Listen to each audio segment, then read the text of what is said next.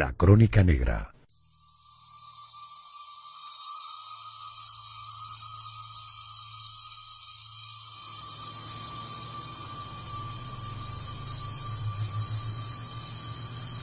Perry y Dick llegaron a la casa de los Clutter en la madrugada del 15 de noviembre de 1959.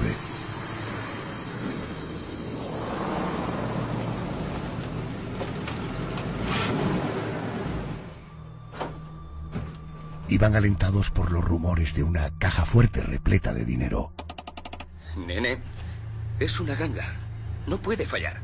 Encontraremos esa caja en un abrir y cerrar de ojos. En el Chevrolet negro que habían aparcado a solo unos metros, llevaban el material necesario para el robo. Una escopeta, cinta adhesiva, guantes de goma y un rollo de cuerda. Cuando se dieron cuenta de que en aquella vivienda no había dinero en efectivo, pagaron su frustración causando una auténtica matanza. El primero en caer fue el cabeza de familia, el señor Clutter. Murió bajo el impacto de las balas de la escopeta, tal y como lo harían después su hijo Kenyon, su hija Nancy y su esposa.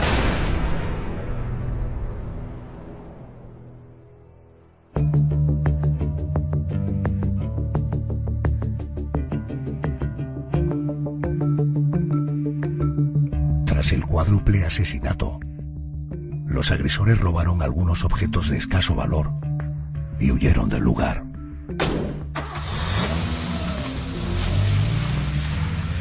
Las autoridades los localizaron en Las Vegas y terminaron siendo condenados a muerte. Ambos asesinos fueron ajusticiados el 14 de abril de 1965.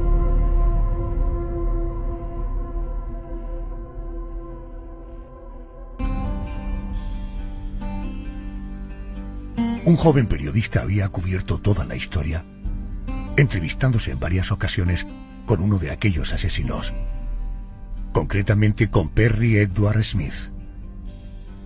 Ese joven periodista se llamaba Truman Capote y escribiría un intenso relato sobre la muerte de los Clutter, que se vería reflejado en una novela documental de enorme éxito,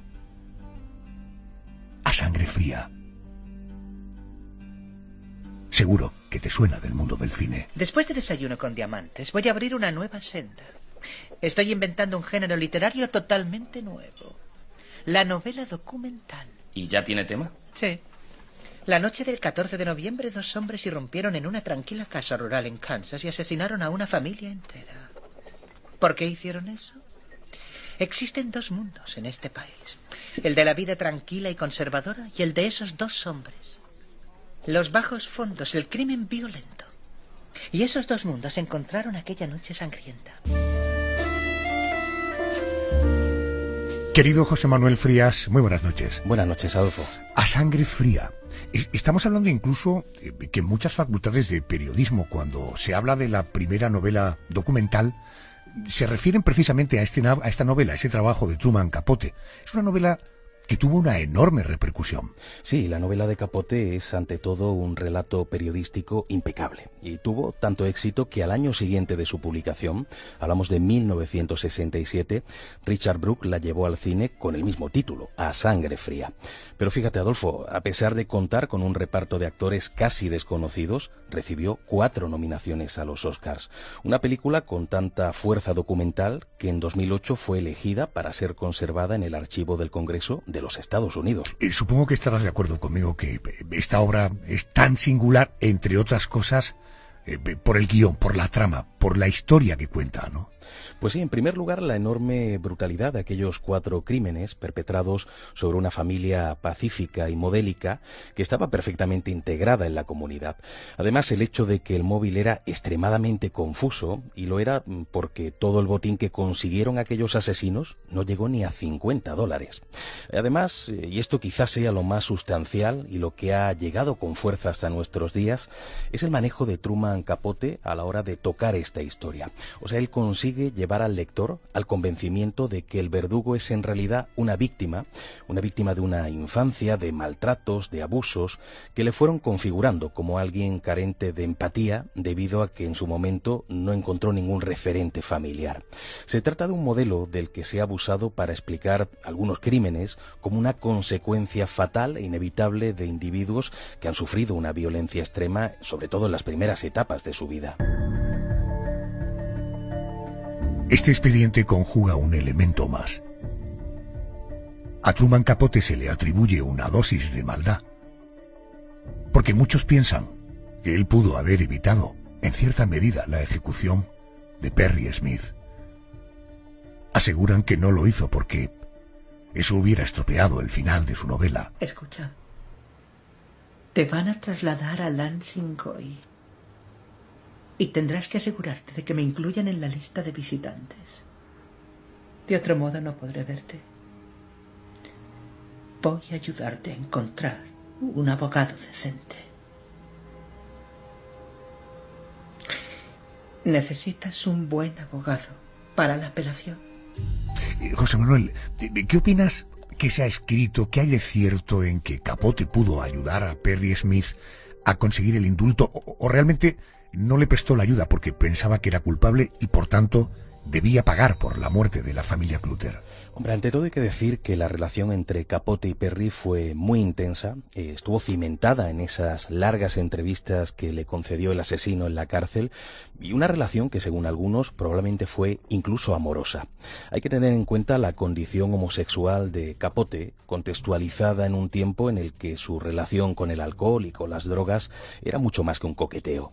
En cualquier caso, es cierto que en última instancia Capote no hizo nada por salvar la vida de uno de los dos asesinos de la familia Clutter, quizá porque acabó descubriendo la falsedad de sus alegatos. Eso sí, hay quien apunta también, como decías, a que un hipotético indulto le hubiera estropeado el final dramático de su novela. Con Perry colgando de la horca, la historia tenía el perfecto colofón.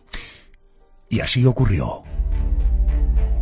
Fue ahorcado con 36 años, el miércoles 14 de abril de 1965. Era la 1:19 de la madrugada, en la prisión de Lansing, es la capital del estado de Michigan, en Estados Unidos, a través de la que el novelista intenta explicar el porqué de su maldad. José Manuel, ¿cómo fueron sus primeros años de vida? Perry tuvo una infancia que se desarrolla sobre todo en una vida nómada, una vida en la cual pues él habitaba en una camioneta con sus 3 hermanos y con sus padres. Su madre, una india cherokee, y su padre, un cowboy irlandés, recorrían el norte de los Estados Unidos con un espectáculo de acrobacias del lejano oeste.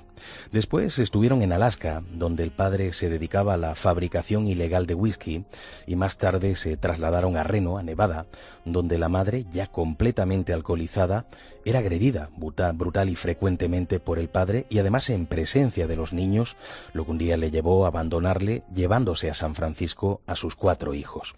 En la gran ciudad del Pacífico no mejoraría la situación de los chavales porque la madre siguió bebiendo y finalmente terminó internándolos en orfanatos de mala muerte.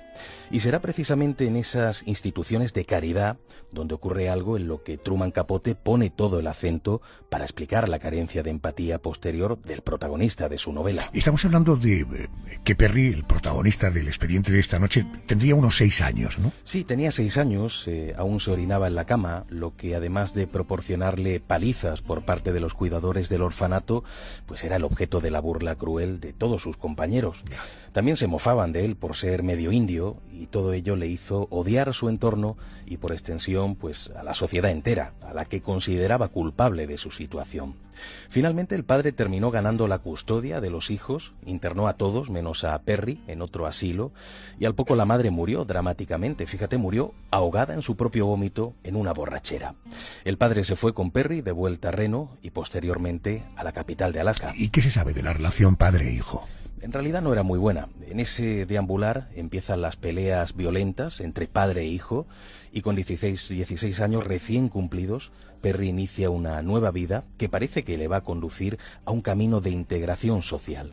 Porque primero se alista en la Marina Mercante, después en el ejército para combatir en la Guerra de Corea, el combate como ingeniero mecánico, y allí obtiene incluso la estrella de bronce. Y tras la licencia trabaja durante un tiempo en un taller en Fort Levis, en Washington. Parece que sus pasos están encauzados al punto de que se reconcilia con su padre y emprende un larguísimo viaje en motocicleta para encontrarse con él. Siguiendo con el relato, ese encuentro se truncó porque en el camino Perry Smith sufrió un grave accidente que le mantuvo prostrado en la cama durante un año y del que nunca se recuperó del todo. Los huesos de sus piernas no soldaron bien y eso le ocasionaba un dolor permanente que a veces le hacía estallar en ataques de violencia. Finalmente llegó el encuentro con su padre, pero la relación no tardó en romperse y Smith decide probar suerte en Massachusetts, donde tenía un amigo del ejército.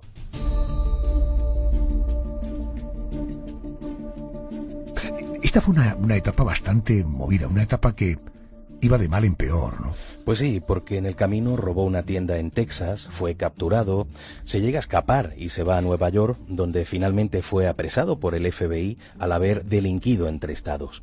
La condena era de 5 a 10 años en la prisión de Lansing, en Kansas, y para entonces su madre, como dijimos, ya había muerto y 2 de sus hermanos se habían suicidado. Como en otras ocasiones, es en este momento de la vida de Perry Smith cuando se cruza con la persona equivocada. Así es, porque dijimos antes que en la matanza de los Clutter parecía no haber un móvil, y aquí, en la cárcel, se encontró con el personaje clave que da sentido a toda la carnicería. Se trata de Dick Hickok, el que sería después su socio en el crimen. Hickok había trabado amistad con un preso, con Floyd Wells, quien, tras contarle que él había trabajado un tiempo para los Clutter, le informó de que en su casa, en la casa de los Clutter, la familia tenía una caja fuerte llena de miles de dólares. Este mapa no es tan pesado como el tuyo, pero es mucho más real y nos va a proporcionar $10.000 auténticos esta misma noche, a 400 millas al este, en la casa de papá Clutter. Este es el plano. Ahí está todo. En la oficina existe una pequeña caja de caudales y dentro de ella hay 10 billetes de los grandes o tal vez más. ¿Cómo lo sabes? Explícate. Verás, cuando te fuiste del zoológico mandaron a otro tipo a la celda, Floyd Wells. Le salieron de 3 a 5 años por robo. Él trabajó con los Clutter y vio la caja. ¿Y ese es tu asunto perfecto? Nene, es una ganga. No puede fallar. Encontraremos esa caja en un abrir y cerrar de ojos. Esta era una información totalmente falsa. No existía esa caja fuerte llena de dinero. De hecho, en el pueblo todos sabían que el señor Clutter, José Manuel, siempre pagaba con cheques. Pues pagaba con cheques incluso aunque fuera a la peluquería a cortarse el pelo. El caso es que cuando los dos compiches salieron de prisión, se reencontraron, se dirigieron a la casa de los Clutter y allí llegaron la noche del 15 de noviembre de 1959. Ahí está a punto de desencadenarse el drama. Llegaron a la casa en un Chevrolet negro, tras haber recorrido cientos de kilómetros y haber adquirido todo lo necesario para el crimen. Una escopeta, una cinta adhesiva, guantes de goma y un rollo de cuerda. Entraron en la vivienda por una puerta lateral que daba al despacho del señor Clutter y buscaron la caja fuerte, pero naturalmente no la encontraron. Entonces se dirigieron al dormitorio y le preguntaron ¿dónde está la caja fuerte? El hombre le respondió que la caja no existía. Le ataron de pies y manos y le llevaron al sótano.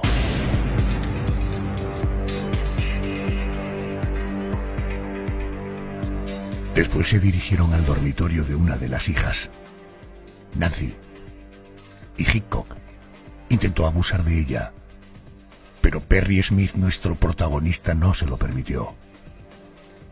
Cuando estaban discutiendo, se dieron cuenta de que el señor Clutter se había desatado lo que asustó a Hiko, que intentó matarle cortándole la garganta. Perry fue mucho más rápido, mucho más directo. Le disparó con su escopeta. Después disparó al otro hijo, a Kenyon, luego a Nancy, que rogó desesperadamente por su vida, y finalmente a la madre de ambos, a la señora Fox. Luego, tuvieron la sangre fría de robar algunos objetos, como la radio de Kenyon, y de recoger los cartuchos vacíos. Después de la matanza, se marcharon tranquilamente del lugar de los hechos, dejando atrás 4 cadáveres. No puedo creer que un hombre solo haya hecho todo esto. Y menos 2. ¿Quién puede asesinar a 4 personas a sangre fría por una radio portátil, unos binoculares y 40 míseros dólares? No te extrañes. Las calles están llenas de hombres que lo harían.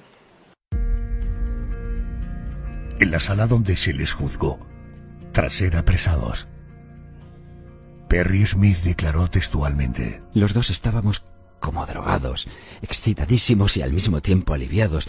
No podíamos dejar de reír. Todo parecía divertidísimo, no sé por qué. Pero la escopeta goteaba sangre y mis ropas estaban manchadas. Tenían sangre hasta en el pelo. No siento nada en absoluto. Quizá no seamos humanos. José Manuel, esto lo dijo Perry Smith cuando se le estaba juzgando, pero ¿cómo llega la policía a descubrirlos? La policía empezó a trabajar prácticamente desde la nada. De hecho, detuvieron al novio de Nancy, que aquella noche había estado cenando en casa de los Clutter, y a viajeros que en aquellos días habían estado por el pueblo. Pero de los interrogatorios no salió ni un hilo del que poder tirar en la investigación. Y es entonces cuando ocurrió el milagro. Y en la comisaría de policía de Holland, donde residían los Clutter, suena el teléfono. Al otro lado, un funcionario de la penitenciaría de Kansas dice que un tal Wells, que cumple allí condena, tiene datos que pueden esclarecer el suceso. Dígale a Alvin que es de un prisionero, de Lansing. Quiero un informe completo sobre ese hombre. Mencionó el caso Clutter, pero no quiere decir nada hasta que se le saque de la celda de castigo. Tengo al alcaide en el otro teléfono. Puede ser una pista. Por si acaso esta noche estaré en Garden City con una grabadora. No, por teléfono es muy peligroso. Sí. KSP 14323. Floyd Wells. Wells explica a la policía que estando en la cárcel de Lansing, le había contado a su compañero de celda, Dick Hickok, que había trabajado unos meses como bracero en la granja de los Clutter. Un periodo de su vida del que se sentía tan orgulloso que quizá exageró al hablar de lo buena gente que eran sus patronos y del dinero que tenían, y que cuando terminó el relato, Dick habló con otro recluso, con Perry, proponiendo ir a robar a los Clutter y después pegarles un tiro. Wells creyó entonces que era una fanfarronada, pero oyendo la radio en la cárcel, supo que finalmente habían ejecutado su plan. Verán, nos contamos la historia de nuestras vidas y yo le dije que una vez trabajé para un granjero llamado Clutter. ¿Trabajó para él? Sí, señor. Hace unos 10 años, Dick quiso saber si el señor Clutter era rico. Le dije que gastaba $10,000 semanales en el mantenimiento de su negocio. Cuando Dick lo supo, empezó a hacerme toda clase de preguntas. Quería saber cuántos eran de familia y si Clutter tenía caja de caudales. Luego me contó cómo pensaba robar la casa de Clutter. Él y un amigo. Dijo que matarían a todos los testigos. Pero la verdad es que yo no le creí. Simplemente supuse que... ¿Por qué ha tardado tanto tiempo en hablar? Tras el increíble testimonio, la policía trazó un mapa con los pasos de los dos sospechosos. Incluso pudieron dar con las botas que coincidían con las huellas de sangre que se encontraron en la escena del crimen, con la ropa, con las armas que dispararon, con los cheques falsos que había repartido en su huida hacia México. Encontraron incluso la radio que los asesinos ya habían vendido. Se puso en marcha la orden de busca y captura, y finalmente fueron capturados en Las Vegas donde empezaron los interrogatorios. ¿Ha oído hablar alguna vez del caso Clutter? No, señor. No hay nadie que pueda achacarme un asesinato. No, señor. Le preguntó si había oído hablar del caso. Leí algo sobre ese crimen, sí. Cometió 3 equivocaciones. Primera, dejó un testigo con vida que podrá testificar ante el tribunal. No puede existir ningún testigo, no puede ser. Nadie puede acusarme de nada. El sábado 14 usted fue a Forest Cove. Sí. Se dirigió a correos Sí. y pidió la dirección de la hermana de Perry. Eso es. Perry Smith no tiene ninguna hermana en Forest Cove, jamás la ha tenido. Los sábados por la tarde la oficina de correos de Forest Cove permanece siempre cerrada. Esa fue la segunda equivocación. ¿Y la tercera? Huellas de zapato, encontradas en la casa del señor Clutter. Y estos fueron los que hicieron las huellas. Los suyos. Y José Manuel, por lo que oímos de estos primeros pasajes de los interrogatorios, ¿los asesinos reconocieron el crimen? Al principio, los asesinos negaron estar involucrados en el crimen de los Clutter, pero finalmente se acusaron mutuamente. Con ese material, el 22 de marzo empezó el juicio en Kansas, con un tribunal presidido por el juez Roland Tate. A los 12 miembros del jurado no les costó decidir sobre la condena que aplicarían a los delincuentes, la pena de muerte. Smith y Heathcote fueron trasladados a las celdas de la muerte en la prisión de Lansing, donde se habían conocido precisamente, pero Heathcote apeló la sentencia alegando que no contaron con un proceso judicial justo y que los abogados que los defendieron dieron más importancia a sus propios intereses. Los abogados fueron reemplazados y se consiguieron aplazar las fechas fijadas para la ejecución, pero el Tribunal Supremo de Kansas decretó que las vidas de Smith y de Heathcote terminarían el 14 de abril de 1965. Richard, esta es la sentencia del Tribunal Supremo del Estado de Kansas. Por lo tanto, este tribunal ordena que la sentencia de ejecución por ahorcamiento en la persona de Richard Eugene Heathcote, impuesta por el Tribunal del Distrito del Condado de Findlay, Kansas, sea ejecutada el miércoles 14 de abril de 1965. Se ordena al alcaide de la penitenciaría del Estado de Kansas lleve adelante la sentencia hasta su ejecución. ¿Dónde está Smith? Y así lo ordeno. Perry, esta es la sentencia del Tribunal Supremo del Estado de Kansas. Por lo tanto, este tribunal ordena que la sentencia de ejecución por ahorcamiento en la persona de Edward Smith, impuesta por el Tribunal del Distrito del Condado de Findlay, Kansas, sea ejecutada el miércoles 14 de abril de 1965.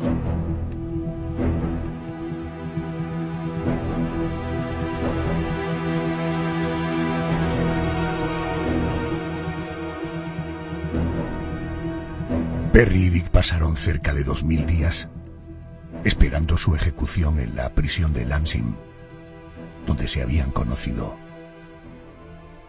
Casi 6 años esperando la muerte.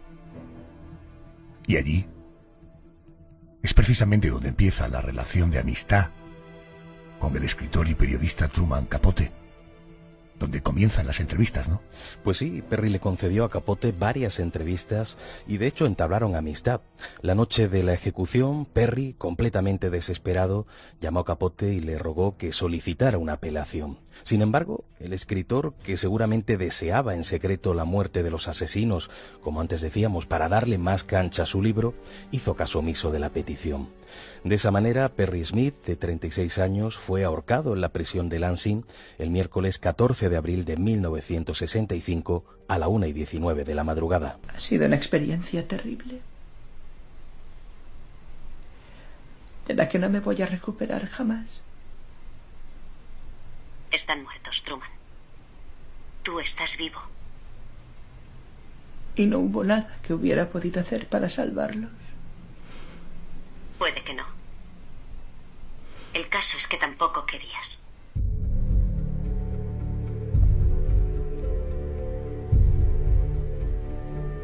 Las últimas palabras de Perry Smith fueron: pienso que es una cosa infernal quitar la vida a 4 personas. Como yo lo hice, es algo diabólico. Pero creo que la pena de muerte no es algo que se justifique ni legal ni moralmente. Soy consciente de que no sirve de nada que pida perdón por lo que hice y que incluso está fuera de lugar que lo haga. Pero aún así pido perdón. Cuando tras la ejecución los funcionarios fueron a revisar y a limpiar la celda de Perry, encontraron unos versos escritos por el asesino convicto y confeso de la familia Clutter. Hay una raza de hombres inadaptados. Hay una raza que no puede detenerse. hombres que destrozan el corazón a quien se les acerca y vagan por el mundo a su antojo. Llevan en sí la maldición de la sangre errante y no saben cómo de otra terrible matanza familiar. Este caso se hizo famoso más allá del crimen. Se hizo famoso por la casa donde se produjo.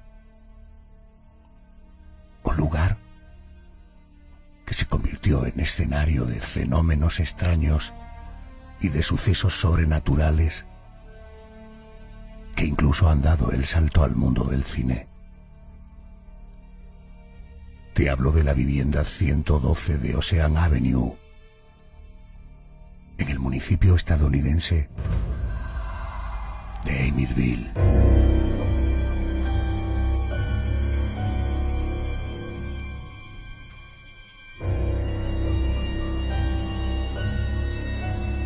José Manuel, es una vivienda cuyo terreno cuenta con unos antecedentes ciertamente singulares. Desde luego, es un terreno marcado por lo siniestro, porque originariamente fue usado por los indios nativos para aislar a los enfermos y a los locos.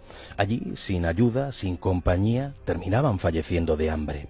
Y es en ese mismo terreno donde eran enterrados aquellos muertos. Algún tiempo después, a finales del siglo XVII, los colonizadores se apropiaron del entorno de manera violenta, como era habitual en la época. Pero en aquel entonces no se había construido aún una casa como tal, ¿no? No, la primera casa se construyó después, pero también fue bastante polémica. Esa vivienda la levantó un holandés llamado John Ketcham, un hombre que había sido expulsado de otros municipios por practicar brujería. Cuando la casa estuvo lista para ser habitada, parece que John llevó a cabo en ella pactos satánicos y que incluso realizaba sacrificios animales o, según aseguran algunas crónicas, sacrificios humanos. Pero aquella vivienda no sobrevivió. Cuando el dueño murió, la incendiaron para acabar así con la maldad que habitaba dentro. En el año 1928 se erigió la estructura de la famosa vivienda que hemos visto tantas veces en el cine. Por ella pasaron varias familias hasta que finalmente fue ocupada por la familia de Theo, Ronald y Louis, y sus hijos Ronald, Allison, John, Dawn y Mark. Madre mía, ¿cómo está esto? Aquí hay que echar horas. Sí. ¿Qué vamos a hacer con todo esto? Tendremos que mirar a ver qué hay. No sé. Podría haber antigüedades de gran valor. O un montón de trastos que el anterior propietario no quería. Ahora todo es nuestro. Voy a hacer café. Vale, ahora subo. Voy a ver si puedo encender la caldera. A ver si es verdad. Hace mucho frío. En el caso de Ronald Jr., ¿se puede hablar de alguien con problemas emocionales? Hombre, era un muchacho un poco inadaptado. Además, con el padre se llevaba a matar. Ambos se enzarzaban continuamente en discusiones. Bueno, se podría decir que los dos chocaban porque tenían un carácter violento. Esa tensión, siempre presente en casa, provocó que Ronald fuera por el mal camino, que se hiciera amigo de personas poco recomendables y que incluso consumiera drogas. Pero la auténtica explosión ocurrió el 13 de noviembre de 1974. Una auténtica carnicería. ¿Se atribuían ya en ese momento, se hablaba ya en ese momento de que ese lugar era un lugar sobrenatural? Sí, aunque no sabemos si esos acontecimientos fueron reales o no, dado los problemas mentales de Ronald, podrían haber sido. Pero el caso es que él siempre aseguró que escuchaba voces en su cabeza y que en aquella ocasión concreta esas voces le empujaron a matar. Y mató con total premeditación, porque esa noche, en la cena, echó productos narcóticos en la comida para adormecer a todos los miembros de su familia. Luego se tumbó en la cama a esperar a que la droga hiciera efecto. A las 3:15 de la madrugada se levantó, tomó entre sus manos un rifle de caza que guardaba en su habitación y se puso en marcha. ¿Y qué es lo que pasó exactamente? Pues entró primeramente en la habitación de sus padres, Ronald y Louis, y a los dos les disparó en la cabeza sin darles siquiera tiempo a reaccionar. Después hizo lo mismo con los dos chicos, Mark y John, de 12 y 9 años, que dormían juntos en una misma habitación. A pocos pasos de allí se encontraba el dormitorio de Allison, de 13 años, que era la única que se despertó al oír los disparos porque esa noche no había cenado y por lo tanto no consumió el narcótico. La niña se levantó, se acercó a Ronald, el hermano la acompañó hasta su cama, además fingiendo total tranquilidad, para después matarla de otro disparo. Y a su otra hermana, Dawn, de 18 años, que dormía en la planta baja, corrió la misma suerte.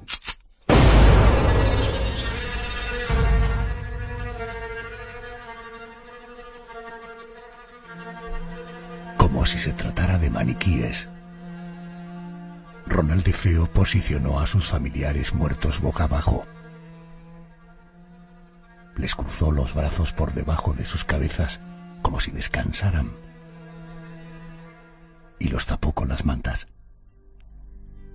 Después, limpió la sangre que había ensuciado las paredes y muy temprano se marchó a trabajar. A mediodía hizo una llamada a casa, aún sabiendo que nadie respondería. Quería tener una coartada que amplió saliendo a almorzar con su novia. Para reforzar más su versión, José Manuel incluso se puso en contacto con un amigo, todo para construir una coartada. Efectivamente, él buscó a su amigo Bobby en el bar en el que trabajaba y le contó que le era imposible entrar en su vivienda porque se había dejado la llave dentro y que era extraño que su familia no le abriese. Bobby le acompañó a la vivienda y los dos se colaron por una ventana. Al ver los cuerpos de sus padres y de sus hermanos masacrados por las balas, Ronald puso cara de horrorizado y salió a la calle gritando hasta que alguien llamó a la policía. Los agentes llegaron inmediatamente y se enfrentaron también a aquella imagen dantesca de una familia asesinada casi al completo. Una familia que sería enterrada 2 días después en el cementerio de St. Charles. Supongo que Ronald DeFeo sería considerado sospechoso, ¿no?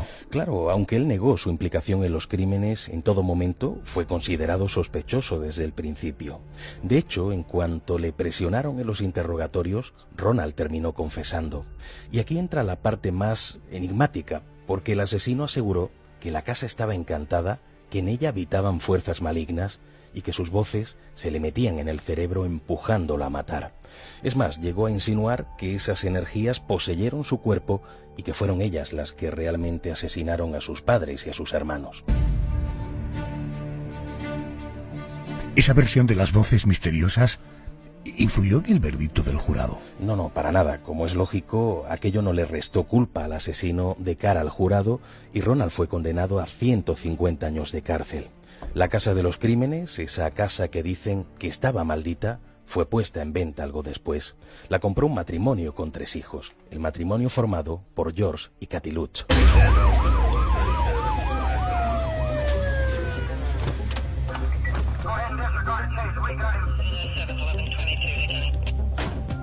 Sepamos algo más de la investigación policial y para ello recurrimos a nuestro detective privado, criminólogo y director de seguridad.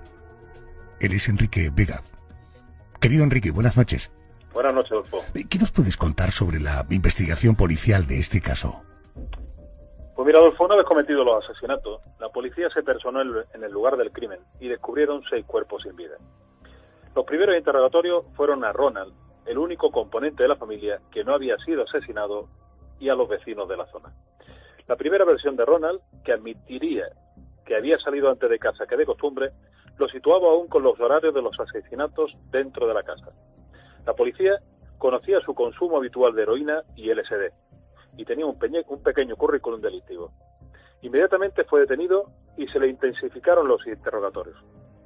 En las primeras manifestaciones dijo conocer los asesinatos y el autor.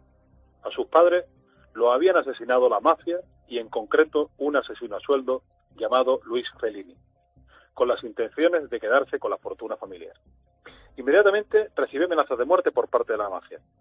Al día siguiente de los interrogatorios admitiría ser el asesino de su familia. Una vez admitió ser el asesino, se descartaron otras líneas de investigación y se ocultaron multitud de incongruencias sobre los hechos y pruebas encontradas. Como por ejemplo, por un lado, ningún vecino oyó nada y los disparos producidos por el arma homicida eran de gran potencia. Un rifle Marlin .336 del calibre Remington 35, usado para la caza de venados, alces y osos, sin silenciador y con palanca a modo de los más conocidos del oeste, un arma incómoda y lenta para disparar a corta distancia. Los crímenes se producirían a gran velocidad, algo que hizo creer a la policía que lo habría hecho más de una persona. Se concluyó que los miembros de la familia estaban durmiendo en el momento de los disparos, pero aunque las manifestaciones de Ronald lo admitían, no encontraron restos de sustancias sedantes en la autopsia. Y la línea de investigación que más confundía a la policía es que en unas manifestaciones de Ronald, donde admitía que había ejecutado a la familia después de una pelea con su padre, con la colaboración de su hermana Dawn, y que debido a la crueldad de esta al asesinar a su otra hermana, él mismo la había asesinado, tenía cierta veracidad, ya que encontraron restos de pólvora en las manos y en el camisón de su hermana, indicio de su coautoría. Posteriormente, se encontraría otro arma en el embarcadero, algo que invitaba a pensar en la premeditación de la mafia. Todas estas incongruencias invitaron a creer distintas teorías sobre la mafia y que justificaban como farsa los posteriores fenómenos paranormales de la casa. Como anécdota, te contaré, Adolfo, que algunos de los que creían firmemente en esta teoría fueron muriendo misteriosamente. Definitivamente, esto fue una investigación incompleta. Querido Enrique, gracias y buenas noches. Buenas noches, gracias.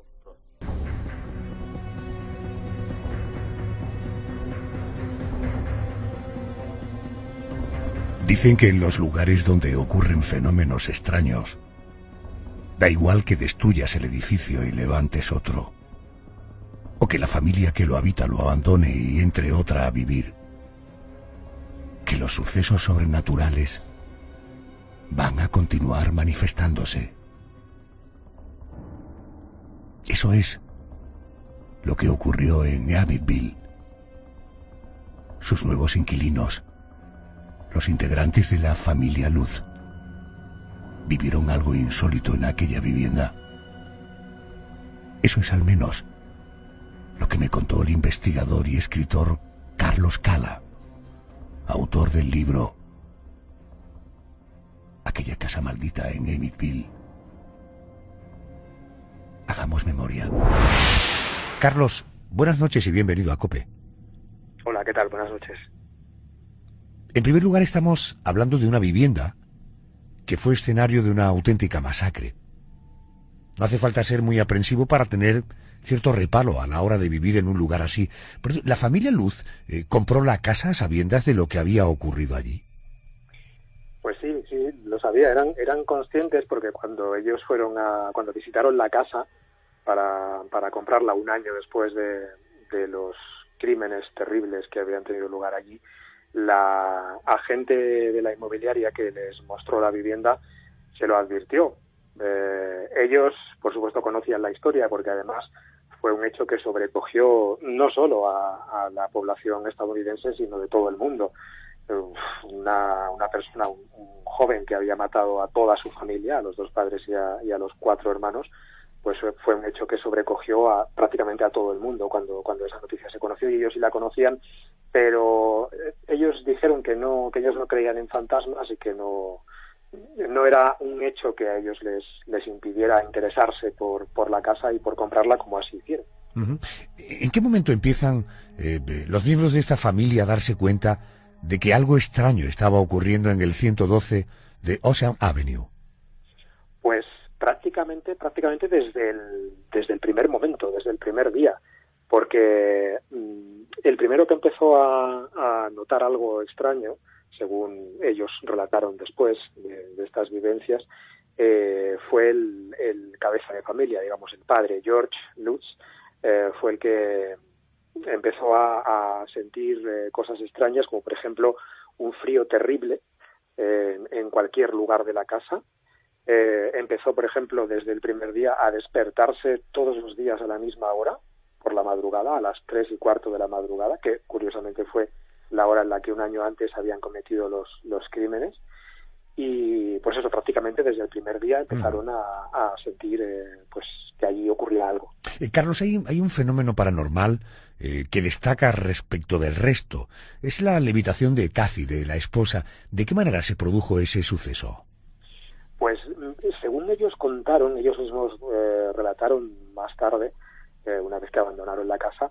Eso ocurrió 2 veces, creo recordar, ocurrió dos noches más o menos a la mitad. Ellos vivieron en la casa solo 28 días.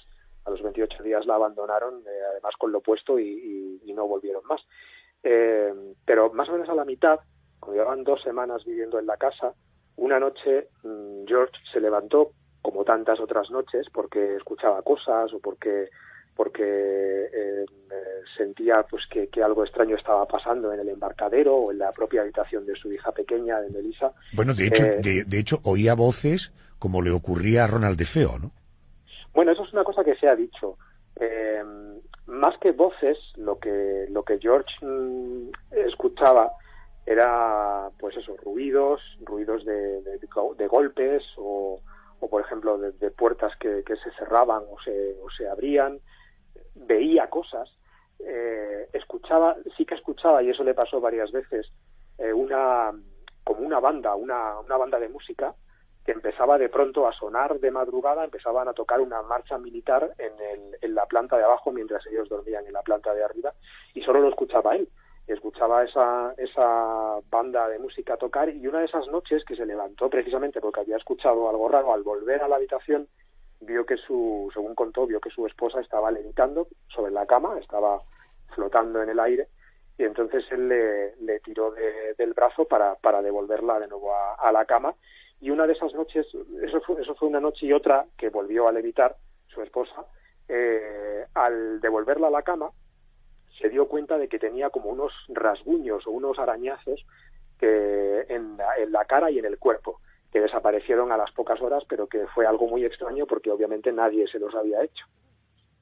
Existe un pasaje curioso, ciertas apariciones extrañas de las que fue testigo una de las hijas de este matrimonio. ¿Cómo fueron esas visiones? Sí, eso además ocurrió desde el primer día.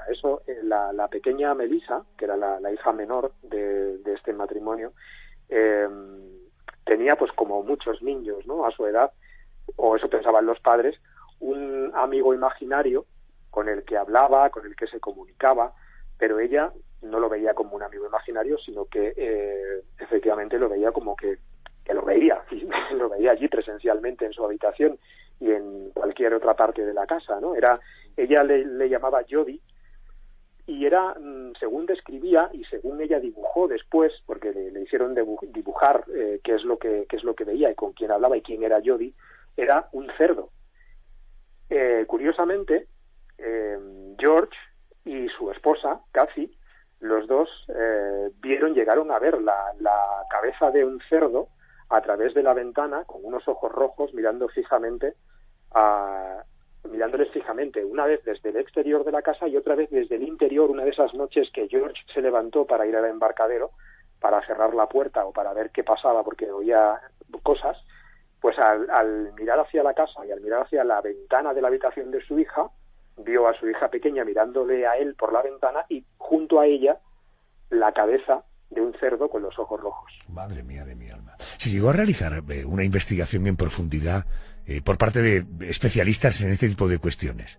Sí, de hecho el sacerdote que fue a la casa el primer día a bendecir la casa, porque ellos se lo pidieron, sobre todo después de lo que había pasado un año antes, ese sacerdote, que después jamás pudo volver a la casa. Ellos le llamaron varias veces, cada vez que les ocurría algo, le llamaban para ver si les podía ayudar, pero siempre ocurría algo, o se cortaba la comunicación, o él sufría algún problema de salud que le impedía ir a la casa, en fin, siempre ocurría algo, y él mismo, una de esas veces que sí pudieron un poco, sí que les recomendó que consultaran lo que allí ocurría con algún experto en fenómenos paranormales, algún parapsicólogo, y lo primero que hicieron fue llamar a la novia de un amigo de George, que estuvo allí, era medium, estuvo visitando toda la casa y vio que allí había algo, había presencias, había entidades, según les contó. Algunas eran buenas, que Kathy las sentía. De hecho, esas entidades buenas que le provocaban pues un olor agradable a veces, o incluso se sentía como acariciada por una pequeña brisa, era para contrarrestar otras presencias malignas que decía esta medium que había en la casa, y que lo que quería era hacerles daño, y las presencias buenas lo que intentaban era pues proteger o tranquilizar de alguna forma a Cathy. Ese fue el primer estudio que se hizo. Bueno, no fue un estudio, fue realmente una visita que hicieron como amigos a la familia, pero luego ya una vez que se marcharon de la casa sí que hubo un estudio más en profundidad. A los 28 días de marcharse sí que hubo equipos de parapsicólogos que estuvieron allí estudiándolo, entre ellos el matrimonio Warren, que es muy conocido dentro del mundo de lo paranormal, y que efectivamente comprobaron y contrastaron lo que ellos decían con lo que sentían, y dijeron que efectivamente en la casa había energías muy fuertes, muy poderosas, algunas de ellas negativas. Estoy hablando con Carlos Cala, autor de la obra Aquella casa maldita en Amityville, de la editorial Duff. Dos cuestiones para terminar.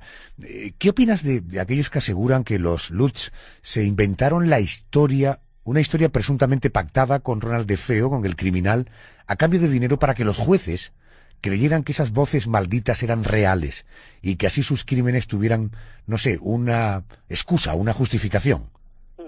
Sí, la verdad es que se ha dicho varias veces que las historias que contaban los Lutz pues eran inventadas, que algunos dijeron eso, dijeron que habían pactado con Ronald, pero en realidad de eso pruebas no existen. Que se inventaran la historia, bueno, pues la verdad es que yo siempre digo lo mismo. Yo no soy ningún experto ni en parapsicología ni en fenómenos paranormales. Tampoco tengo por qué dudar de lo que ellos cuentan. Ellos dijeron que eso les pasó. En fin, pues yo no soy quien para dudar de esa historia. No tengo ninguna información para ello. Carlos, una pregunta. Los inquilinos que posteriormente han habitado esa vivienda, Amityville, ¿también se han hecho eco de sucesos extraños? Las personas que luego han comprado la casa, la casa se ha vendido varias veces, desde que ellos la dejaron hasta el año 2006, que fue cuando yo publiqué la novela, se vendió 3 veces. Curiosamente, cada 10 años se vendía la casa. Luego se ha vendido otras veces más después de ese año. Y lo cierto es que las familias han guardado como un hermetismo un poco extraño en torno a esta historia. Ellos no han querido pronunciarse nunca, no han hablado de la casa, tal vez un poco cansados por el hecho de todo el fenómeno fan, digámoslo así, que existe en torno a la casa del 112 de Ocean Avenue en Amityville, y ellos pues un poco cansados tal vez por esa presencia casi constante de personas alrededor de la casa, que incluso les llevó a unos compradores a en algún momento cambiar las ventanas, esas típicas características de la casa que eran semicirculares, las cambiaron para que la casa fuese un poco menos reconocible, pero aún así las personas seguidores de esta historia seguían yendo hasta allí, y un poco cansados de esto, ellos siempre han guardado un hermetismo y un secreto bastante profundo, y yo no tengo conocimiento al menos de que ninguno de ellos haya relatado que les ocurriera nada en el interior de esa casa. Carlos, gracias por atenderme, gracias y buenas noches. Muchas gracias a vosotros, buenas noches.